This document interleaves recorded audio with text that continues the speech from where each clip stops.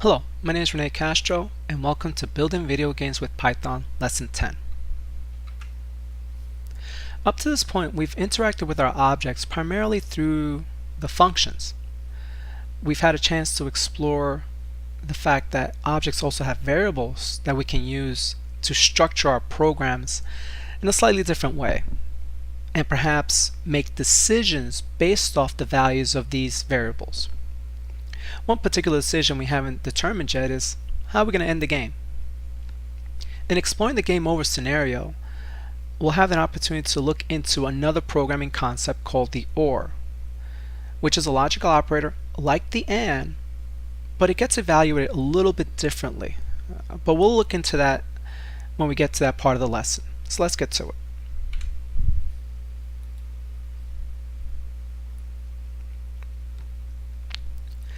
So let's explore what we have so far. Let's run the game.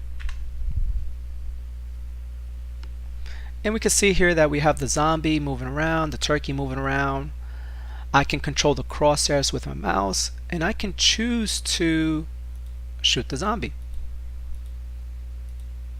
Now, I don't know about you, but if somebody was shooting at me, I'd probably want to run a little bit faster. And that's the first thing we're going to try to tackle. So because we want something to happen when we shoot the zombie, it leads us to explore this code segment. And because we want to do something with the zombie, we're going to write zombie first. Oops, cap locks is on.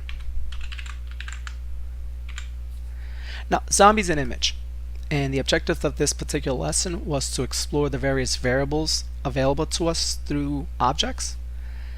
So if you look at an image object and you look towards the bottom, you'll see that an image has a couple of variables that could be useful to us. One's the speed, and later in the lesson we may explore health and damage. Speed gets typically set when we use the set speed command, but we can actually manipulate speed directly. In this particular case, that's what we want to do. So we want to set the speed.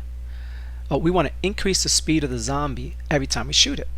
So we're going to say zombie dot speed. Now this is a variable, it's not a function, so don't put a parenthesis afterwards. Does anybody recall how we can increase the value of a variable? I'll give you a hint. Answer's right below. We can use an accumulator. So we're going to do the same accumulator plus equals. So at this time we're simply going to increase it by 1. Let's see what that does for us. Hopefully we'll see that every time we shoot the zombie, zombie's going to get a little quicker. Alright, so let's start shooting it. Alright, at this point you might start seeing a noticeable difference in the speed. It is getting quicker. Almost to the point where it's going to be challenging to shoot the zombie. I will tell you, when I do this in the class, for about a good 5 minutes, all you hear in the classroom is just clicking. Now in most games, because this can get monotonous after a while, they typically will specify a time limit. Try to shoot something as many times as you can within a certain time frame. And that's what we're going to look to explore next. Which actually leads us into a possible game over scenario, which is when we run out of time, let's end the game. But before we're getting ahead of ourselves. Before we do that, we simply have to figure out how we're going to keep track of this notion of time in our game. So if we scroll back up to our game object, our game variable and our game object, we'll see that when we first create our game variable, we can specify a time. This is the amount of time to have in the game, a time limit. So I'm going to say 10. Now this parameter time sets our variable in our game object, which is also called time. So this is something that's going to be available to us later in the game in order for us to make a decision based off the time in the game. So let's save it and let's see what we have. Okay, so we specified a time limit of 10, but nowhere in the screen do we see how much time we have left. So let's fix that. If you recall, we've actually already practiced displaying some textual information to the screen in the sense of a score. I think this is the only function we're going to discuss in this particular lesson. So let's scroll down, and we can see here we got draw text, display score, and display time. These are different various ways that we can display textual information on the screen. So let's go ahead and display the time as well.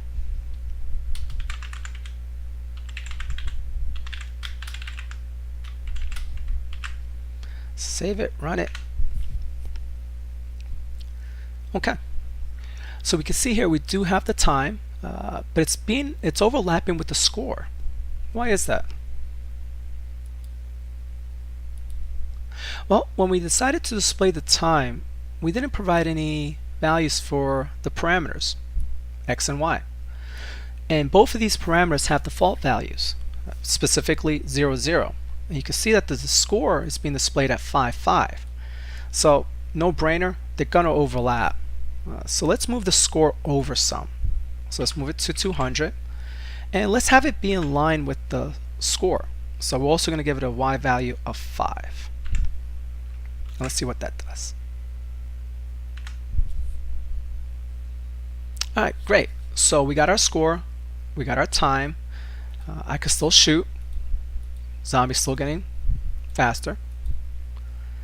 And at this point, you see that our time has reached 0, but the game hasn't ended.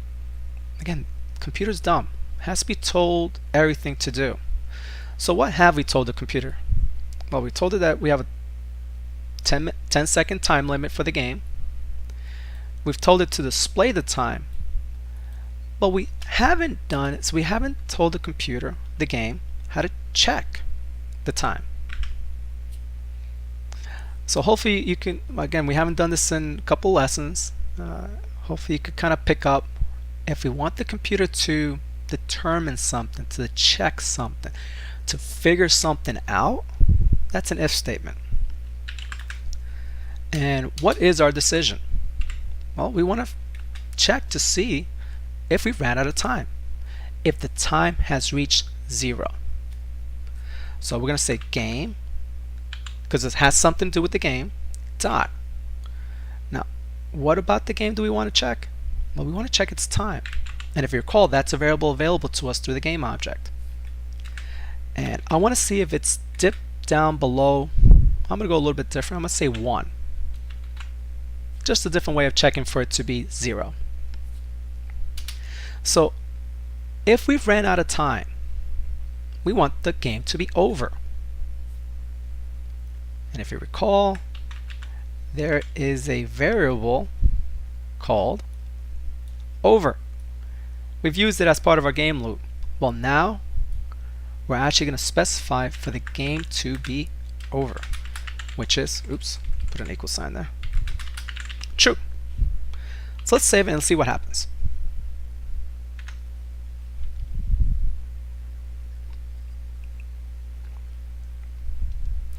So we're watching the time here. I'm not going to shoot anybody. They could collide with each other if they want.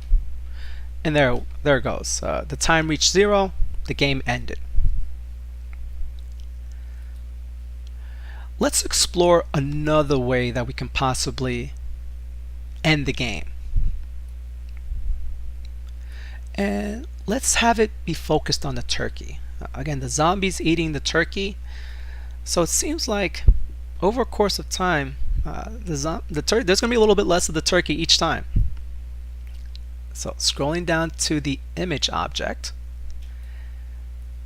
let's play around with this one, health. So perhaps every time the zombie collides with the turkey, the zombie eats a turkey, the turkey's health decreases a little bit. So we're going to say turkey dot health. And how do we decrease the value of a variable? Anybody? Use an accumulator again, and maybe not by coincidence, maybe by coincidence. Here's an example of almost the exact same accumulator we need, which is a minus equals. So we're going to decrease the health, let's say by, I don't know, we'll say by 10. Let's see how that plays out.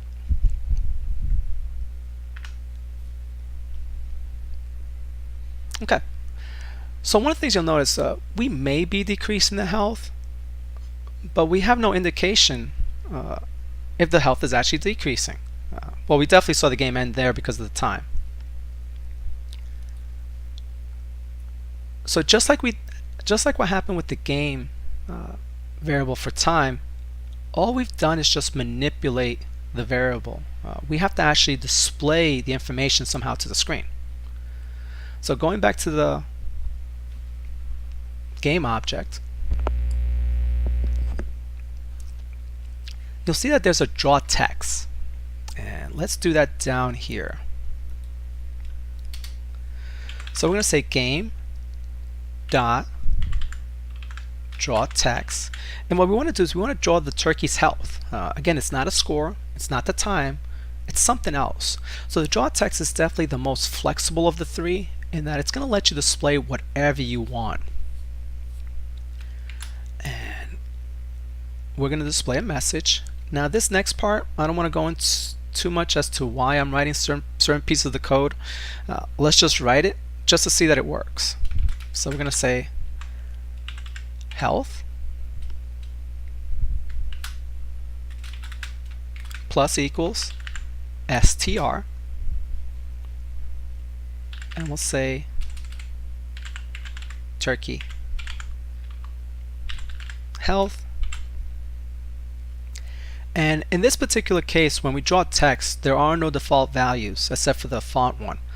So we have to provide an X and a Y.